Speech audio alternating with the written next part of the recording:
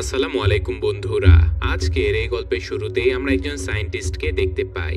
লোকটা একটা পাপেট বা পুতুল বানাচ্ছিল। পুতুলগুলো বানানোর সময় তিনি এর ভেতরে কিছু মেশিন বসিয়ে দেয়।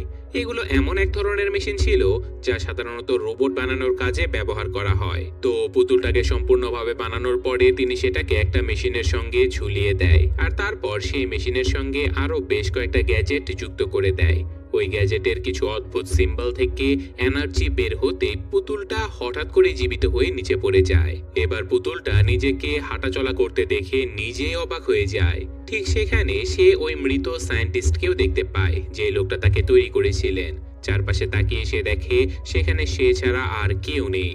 এরপর পুতুলটা এগিয়ে গিয়ে একটা জানালা খুলে দেয়, আর এখান থেকে আমাদের সামনে ভেসে ওঠে ধ্বংস হয়ে যাওয়া পৃথিবীর এক ভয়াবহ দৃশ্য। এরপর সেই পুতুলটা এখন বাড়ি থেকে বেরিয়ে পড়ে আর চারিদিকে ঘোরাঘুরি করতে শুরু করে। এক সময় সে নিজের মতো দেখতে আরেকটা পুতুলের দেখা পায়। সেই পুতুলের পিঠে লেখা ছিল নাম্বার 2, অর্থাৎ তার নাম হলো নাম্বার 2, আর এই পুতুলটার নাম হলো নাম্বার 9। তখন নাম্বার 9 আসলে কোনো কথা বলতে পারতো না। নাম্বার 2 যখন তাকে পরীক্ষা করে তখন সে বুঝতে পারে যে নাম্বার 9 এর ভেতরে কথা বলার জন্য প্রয়োজনীয় ডিভাইসটা সংযুক্ত নেই। তাই সে নাম্বার 9 কে নিয়ে যায় একটা বিল্ডিং এর ভেতরে, যেখান থেকে সায়েন্টিস্ট নাম্বার 9 কে তৈরি করেছিল। সেখানে বেশ কিছুক্ষণ খোঁজাখুঁজি করে একটা কমিউনিকেশন মেশিন সে নাম্বার 9 এর ভেতরে বসিয়ে দেয়, আর সাথে সাথে নাম্বার 9 কথা বলতে শুরু করে। এরপর তারা দুজন গল্প করতে থাকে, কিন্তু কিছুক্ষণের মধ্যেই হঠাৎ করে তারা সেখানে কারো শব্দ শুনতে পায়। তাই নাম্বার 2 দ্রুত নাম্বার 9 কে লুকিয়ে পড়তে বলে। আসলে সেখানে যে এসেছিল সে ছিল একটা বিশাল আকার স্কেলেটন রোবট। এদিকে সেই স্কেলেটন রোবটের চোখ পড়ে যায় নাম্বার 2 এর উপরে, আর সে নাম্বার 2 কে আক্রমণ করার জন্য হাতে তুলে নেয়। এই দৃশ্য দেখে নাম্বার 9 ভয়ে একেবারে কেঁপে উঠেছিল। ঠিক তখনই সেই স্কেলেটন রোবটের চোখ পড়ে 9 এর উপরেও, কিন্তু নাম্বার 9 বুদ্ধিমত্তা দিয়ে নিজেকে লুকিয়ে ফেলে। তবে ততক্ষণে নাম্বার 2 কে অবশ্য সেই রোবটটা ধরে নিয়ে চলে গেছে, আর ভয়ে ভয়ে নাম্বার 9 সেখানে অজ্ঞান হয়ে যায়। যখন তার জ্ঞান ফেরে তখন সে নিজের সামনে অনেকগুলো সার্জিক্যাল যন্ত্র দেখতে পায়। তার মাথার উপরে একটা কেচি ধীরে ধীরে নামতে থাকে, অর্থাৎ কেউ তাকে হত্যা করতে যাচ্ছিল। তৎক্ষণাৎ সে কাঁচিটাকে সরিয়ে সেখান থেকে সরে যায়। তখনই সে দেখতে পায় যে তার সামনে দাঁড়িয়ে আছে নাম্বার 5 নামের আরেকটা পুতুল। তবে নাম্বার 5 তাকে মারতে আসেনি, বরং তার চিকিৎসা করতে এসেছিল। তো এবার নাম্বার 9 আর নাম্বার 5 নিজেদের মধ্যে কথা বলা শুরু করার আগেই সেখানে হাজির হয় এই পুতুলদের লিডার। সে নাম্বার 5 এর উপরে প্রচন্ড রাগান্বিত ছিল, কারণ নাম্বার 5 তাদের নিরাপদ জায়গা ছেড়ে বাইরে গিয়ে নাম্বার 9 কে বাঁচানোর চেষ্টা করেছে, আর এটা ছিল তাদের নিয়মের বিরুদ্ধে। এই সব কিছু দেখে নাম্বার 9 জানতে চায় যে তোমরা কেন সবসময় লুকিয়ে থাকো, বাইরে এমন কি বিপদ আছে। তখন লিডার তাকে বাইরে নিয়ে যায় এবং বোঝাতে শুরু করে যে অনেক বছর আগে মানুষ আর রোবটদের মধ্যে এক ভয়াবহ যুদ্ধ হয়েছিল। সেই যুদ্ধে শুধু মানুষেরাই নয়, গোটা পৃথিবী ধ্বংস হয়ে গেছে। এমনকি রোবটদের বেশিরভাগই টিকে থাকতে পারেনি, আর যে কটা রোবট বেঁচে গিয়েছিল তারা এখন আমাদের আক্রমণ করে। এরপর লিডার নাম্বার 9 কে একটা চার্ট দেখায় যেখানে বিভিন্ন নম্বর লেখা ছিল। এগুলো আসলে কোনো সংখ্যা নয়, বরং এই পুতুল রোবটদের নাম ছিল। যে পুতুলগুলোকে সেই স্কেলেটন রোবট মেরে ফেলে তার নামের উপরে লিডার একটা ক্রস চিহ্ন দিয়ে দেয়। আর এই চার্টের লেখা দেখে বোঝা যাচ্ছিল যে ইতিমধ্যেই দুজন পাপেটকে ওই রোবট মেরে ফেলেছে। এখন লিডার নাম্বার 2 এর নামের উপরেও ক্রস চিহ্ন টেনে দেয়, কারণ তার ধারণা ছিল যে স্কেলেটন রোবট নাম্বার 2 কেও এতক্ষণে মেরে ফেলেছে। কিন্তু নাম্বার 9 তাকে থামিয়ে দিয়ে বলে যে আপনাদের এমন করা একদমই উচিত নয়। আমরা তো এখনো নিশ্চিত নই যে নাম্বার 2 মারা গেছে, কি জানি হয়তো সে এখনো বেঁচে আছে। আমাদের উচিত তাকে একবার খোঁজার চেষ্টা করা। লিডার তার এইসব কথা শুনে রেগে গিয়ে এখান থেকে চলে যায়। এরপর নাম্বার 5 নাম্বার 9 কে নিয়ে যায় টাওয়ারের একেবারে উপরে, যেখানে এই পুতুলগুলো বসবাস করত। তো টাওয়ারের উপর থেকে তারা দেখতে পায় রোবটদের কারখানা। ওরা দুজনেই বিশ্বাস করে যে নিশ্চয়ই ওই কারখানাতে বড় রোবটেরা সেই ছোট ছোট পুতুল রোবটদেরকে আটকে রেখেছে। তাই তারা দুজন মিলে নাম্বার 2 কে বাঁচানোর জন্য ওখানে যাওয়ার পরিকল্পনা করে। মজার ব্যাপার হলো কারখানাতে পৌঁছানোর পরে তারা দেখতে পায় যে নাম্বার 2 আসলেই জীবিত রয়েছে। তবে তাকে একটা খাঁচার মধ্যে বন্দি করে রাখা হয়েছে। তারা তাড়াতাড়ি নাম্বার 2 এর কাছে গিয়ে কথা বলতে শুরু করে আর তাকে খাঁচা থেকে বের করার আগেই সেখানে হঠাৎ করে হাজির হয় সেই ভয়ঙ্কর স্কেলেটন রোবট। সে ইতিমধ্যে এই দুজনকে দেখে ফেলেছিল। এদিকে এই রোবটকে দেখে ওরা দুজন প্রাণ ভয়ে পালিয়ে যাওয়ার চেষ্টা করে, কিন্তু যতই পালাক না কেন শেষ পর্যন্ত সেই রোবট তার বিশাল হাত দিয়ে ওদেরকে ধরে ফেলে। কিন্তু ঠিক তখনই যেন ভাগ্য তাদের সহায় হয়, কারণ হঠাৎ করে উপর থেকে লাফিয়ে এসে কেউ স্কেলেটন রোবটের উপরে আঘাত করে আর তার মাথাকে শরীর থেকে আলাদা করে দেয়। এতে করে ওরা সবাই সেই রোবটের হাত থেকে প্রাণে বেঁচে যায়। তো এখানে জানা যায় যে তাদের প্রাণ বাঁচানো সেই যোদ্ধাও আসলে একটা পুতুল ছিল, যার নাম্বার ছিল 7। অন্যদিকে লিডারেরা তো ভেবেছিল যে নাম্বার 7 মারা গেছে, কিন্তু সে আসলে বেঁচে ছিল। তাকে জীবিত দেখে সবাই অনেক খুশি হয়ে যায়।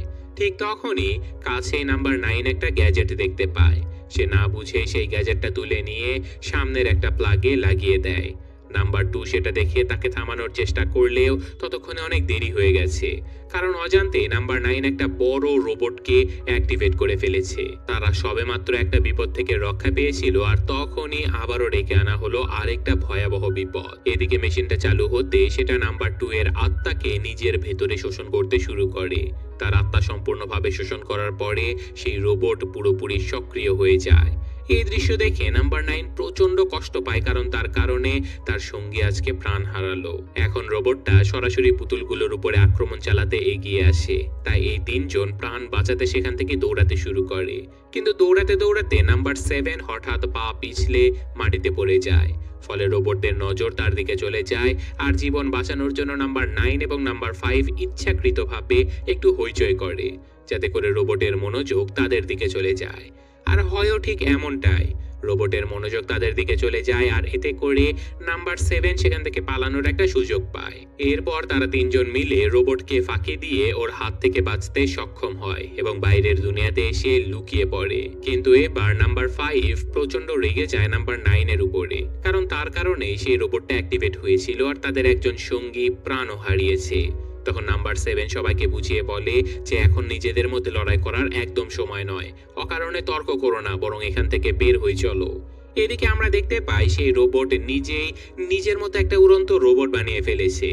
এদিকে এই তিনজন যখন একটা লাইব্রেরিতে যায় তখন তারা নিজেদের মতো দেখতে আরো দুজন পুতুলকে দেখতে পায়। সেই পুতুলেরা তাদেরকে বোঝায় যে কিভাবে একসময় মানুষ নিজেদের সুবিধার জন্য এই রোবটগুলোকে তৈরি করেছিল, কিন্তু রোবটেরা মানুষের চেয়ে অনেক বেশি বুদ্ধিমান হয়ে ওঠায় তারা মানুষের উপরে রাজত্ব করতে শুরু করে। আর সেই থেকে মানুষ এবং রোবটদের মাঝে ভয়ঙ্কর যুদ্ধ শুরু হয়ে যায়। যুদ্ধর পরিণতিতে মানুষেরা ধ্বংস হয়ে যায় আর এই পৃথিবীও ধ্বংসস্তূপে পরিণত হয়। এইসব কথা শুনে হঠাৎ করে নাম্বার 9 এর মাথায় একটা ছবির ঝলক চলে আসে। সে সেই ছবিটাকে মাটির উপরে আঁকতে শুরু করে। আমরা এর আগে একই চিহ্ন রোবটের গ্যাজেটের উপরেও দেখেছিলাম, তবে এর মানে কেউ জানতো না। তখন নাম্বার 5 নাম্বার 9 কে বলে যে আমাদের আরেকজন সঙ্গী আছে, সেও এমন কিছু সাইন আঁকে, হয়তো এর মানে সে জানতে পারে। তাই এখন এর অর্থ জানতে হলে আমাদের লিডারের টাওয়ারে ফিরে যেতেই হবে।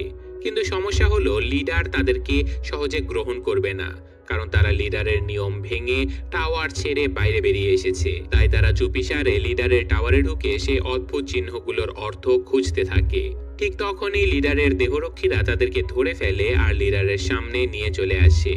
লিডার প্রচন্ড রাগে ফুঁসছিল। নাম্বার 9 কে দেখে সে বলে ওঠে যে এখানে যত বিপদ হচ্ছে সবকিছু তোমার কারণে, এই জন্য একমাত্র তুমি দায়ী। তুমি এক অশুভ লক্ষণ, যেদিন থেকে তুমি এখানে এসেছো কেবল খারাপ ঘটনাই ঘটে যাচ্ছে। লিডারের কথা শুনে নাম্বার 9 খুবই লজ্জিত হয় আর সে প্রচন্ড অপরাধ বোধে ভুগতে থাকে। ঠিক তখনই ঘরে প্রবেশ করে নাম্বার 6। তার হাতেও ছিল সেই একই চিহ্ন আঁকা একটা ড্রয়িং। নাম্বার 9 আর নাম্বার 7 আগ্রহ নিয়ে সেই ড্রয়িংটা দেখতে শুরু করে, কিন্তু এর মধ্যেই লিডারের দেহরক্ষী তাদের হাত থেকে সেই জিনিসগুলো কেড়ে নেয়। তারা কিছু বোঝার আগে হঠাৎ ছাদের আয়না ভেঙে যায় আর সবাই উপরে তাকিয়ে দেখে একটা উড়ন্ত রোবট তাদের উপরে আক্রমণ করেছে। তাই ওদেরকে ছেড়ে দিয়ে এবার লিডারের দেহরক্ষী সেই রোবটের সাথে লড়াই শুরু করে দেয়। কিন্তু এই রোবটটা ছিল অনেক বেশি শক্তিশালী। সে এক আঘাতেই সেই দেহরক্ষীকে ফেলে দেয়। এটা দেখে বাকিরা বাধ্য হয়ে নিজেদের প্রাণ বাঁচাতে এখান থেকে দৌড়ে পালাতে শুরু করে, কিন্তু সেই রোবটটাও তাদের পিছু করতে থাকে। আর এবার স্পষ্ট হয়ে যায় যে এভাবে কেবলমাত্র পালিয়ে কোনোভাবেই বাঁচা যাবে না, একেবারে শেষ করে দিতে হবে এই রোবটটাকে। তাই তারা একটা পরিকল্পনা করে। ওরা একটা লোহার চেইন বাতাসে ছুড়ে দিয়ে ফাঁদ পাতে এবং সেই চেইনের সাহায্যে উড়ন্ত রোবটটাকে ফাঁসিয়ে মাটিতে ফেলে দেয়। এরপর সবাই মিলে তাকে প্রচন্ড আঘাত করতে থাকে, আর এতটাই আঘাত করে যে শেষ পর্যন্ত রোবটটা ভেঙে চুরে সম্পূর্ণ ধ্বংস হয়ে যায়। রোবটটা ধ্বংস হবার পর তাদের প্রাণ বেঁচে গেলেও দুঃখের বিষয় হলো সেই টাওয়ার যেটাকে তারা আশ্রয় কেন্দ্র হিসেবে ব্যবহার করত সেটা পুরোপুরি ধ্বংস হয়ে যায়, সেখানে আগুন ধরে যায়।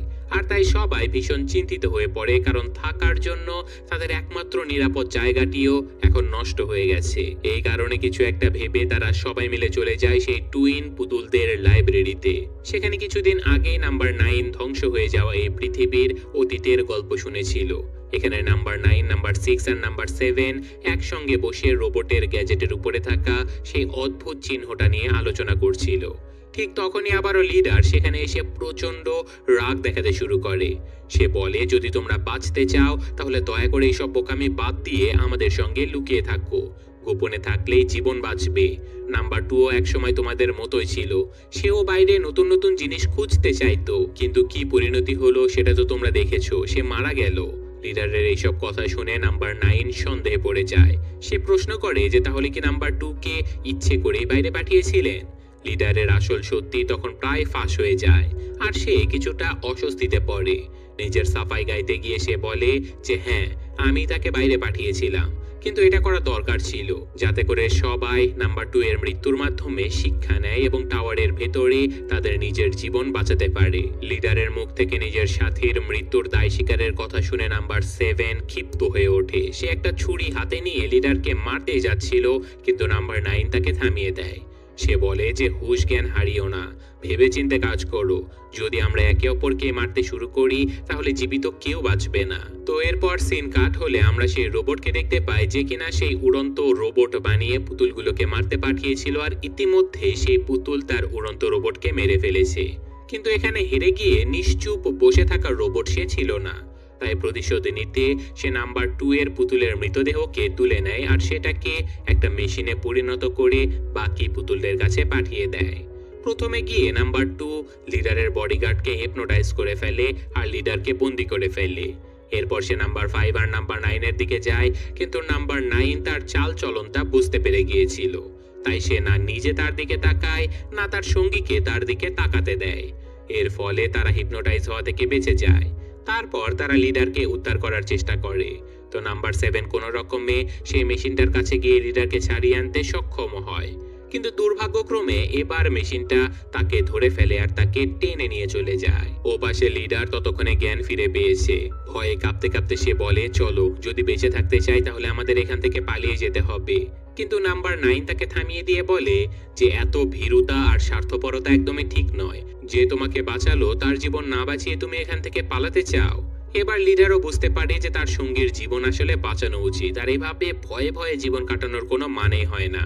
তাই তারা সবাই মিলে সেই রোবটটাকে মোকাবেলা করার প্রস্তুতি নেয়। ফ্যাক্টরির কাছে গিয়ে নাম্বার 9 নাম্বার 5কে বলে, আমি ভেতরে গিয়ে নাম্বার 7কে উদ্ধার করে আনবো, কিন্তু যদি অনেকক্ষণ পর্যন্ত আমি না ফিরি তাহলে বুঝবে আমি বিপদে পড়ে গেছি, আর তখন তুমি পুরো ফ্যাক্টরিটাই ধ্বংস করে দিও।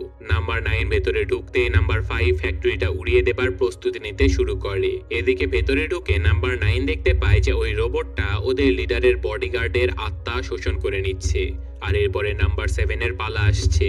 এটা দেখে নাম্বার 9 ভয় পেয়ে যায়। সে নাম্বার 7 এর প্রাণ বাঁচানোর জন্য একটা দড়ি কোনো কিছুর সাথে বেঁধে 7 এর দিকে ছুঁড়ে দেয়, আর সেই দড়ি দিয়ে 7কে নিজের দিকে টেনে রোবটের হাত থেকে বাঁচিয়ে নেয়। অন্যদিকে বাইরে অপেক্ষা করতে থাকা সবাই যখন ভাবছিল যে 9কেও হয়তো রোবটটা ধরে ফেলেছে, তাই লিডার নাম্বার 5কে বলে, তুমি এখনই ফ্যাক্টরিটা উড়িয়ে দাও। কিন্তু নাম্বার 5 9 এর উপরে পূর্ণ বিশ্বাস রেখেছিল।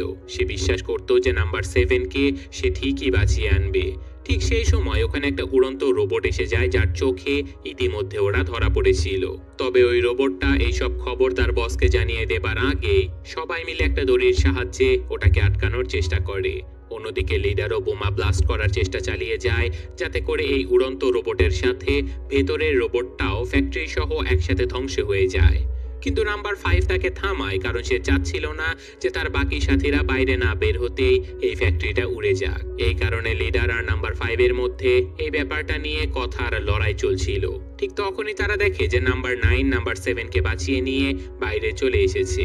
এটা দেখে নাম্বার 5 নিজে লিডারের হাত থেকে সেই ম্যাচটা নিয়ে বোমা জ্বালিয়ে দেয়, যা কয়েক সেকেন্ডের মধ্যে পুরো রোবটের ফ্যাক্টরিটাকে পুড়িয়ে ধ্বংস করে ফেলে। কিন্তু দুর্ভাগ্যবশত সেই বিশাল বিস্ফোরণেও ভেতরে থাকা ওই রোবটটার কিছুই হয়নি। রোবটটা তখন দ্রুত তাদের দিকে আসছিল।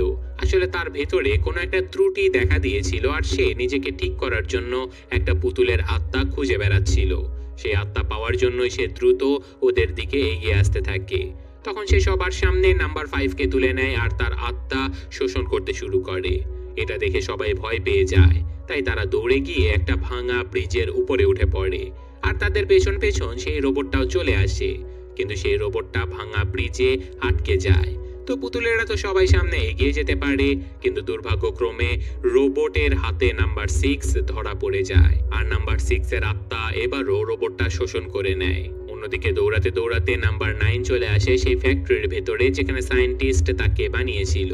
সেখানে নাম্বার 9 অনেকগুলো পেজ আর একটা বক্স খুঁজে পায়।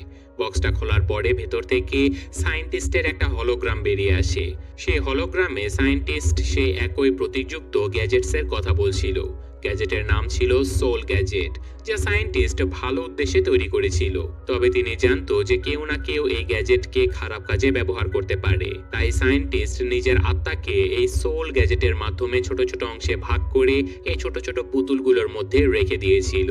আসলে যখন শেষ গ্যাজেটস অর্থাৎ শেষ পুতুল নাম্বার 9 কে তৈরি করা হয়েছিল, তখনই সায়েন্টিস্টের আত্মার শেষ অংশ নাম্বার 9 এর ভেতরে রাখা হয়েছিল বলে তিনি সেখানে মারা গিয়েছিল। সায়েন্টিস্ট জানায় যে গ্যাজেটের মাধ্যমে আমি আমার আত্মা তোমাদের মধ্যে রেখেছি। সেই গ্যাজেটের সাহায্যে রোবটগুলোকে থামানো সম্ভব। এই কথা শুনে নাম্বার 9 দ্রুত তার বন্ধুদের কাছে চলে যায় এবং সায়েন্টিস্টের হলোগ্রাম এবং ওই গ্যাজেটসের কথা বলে, যার সাহায্যে তারা রোবটকে হারিয়ে দিতে পারবে। কিন্তু কেউ তার কথা বিশ্বাস করে না। তাই নিজে রোবটের সামনে নাম্বার 9 দাঁড়িয়ে পড়ে। সে জানে যে গ্যাজেট ইতিমধ্যেই রোবটের ভেতরে আছে এবং সেটাকে উদ্ধার করতে হবে। নাম্বার 9 রোবটের সামনে গেলে রোবটটা তাকে ধরে তার আত্মা শোষণ করতে শুরু করে, কিন্তু ঠিক তখনই লিডার তাকে সাহায্য করতে এগিয়ে আসে। ফলে রোবটটা নাম্বার 9 এর আত্মা না নিয়ে বরং লিডারের আত্মা শোষণ করতে শুরু করে। এই সময় নাম্বার 9 রোবটের ভেতর থেকে গ্যাজেটটা বের করতে সক্ষম হয়, আর গ্যাজেটটা বের হয়ে আসার সাথে সাথে রোবটের ভেতরে শোষিত সকল আত্মা বেরিয়ে আসে। আত্মাগুলো আকাশে উঠে একটা মেঘ তৈরি করে এবং তারপর সেখান থেকে আত্মাদের বৃষ্টি শুরু হয়। সেই বৃষ্টির প্রত্যেকটা ফোঁটায় নতুন জীবন ছিল, যার সাহায্যে ধ্বংসপ্রাপ্ত এই পৃথিবী পুনরায় জীবনময় হয়ে ওঠে। আর এভাবে মানুষেরা আবারও বেঁচে ওঠে এবং পৃথিবী আবারও সবুজ এবং উর্বর হয়ে যায়। সকল পুতুলগুলো এই দৃশ্য দেখে প্রচন্ড খুশি হয়ে যায়, আর এভাবে এই অসাধারণ গল্পের সমাপ্তি ঘটে। তো কেমন লাগলো সেটা কমেন্টে জানাবেন। আমি আজকের মতো বিদায় নিচ্ছি। আল্লাহ হাফেজ।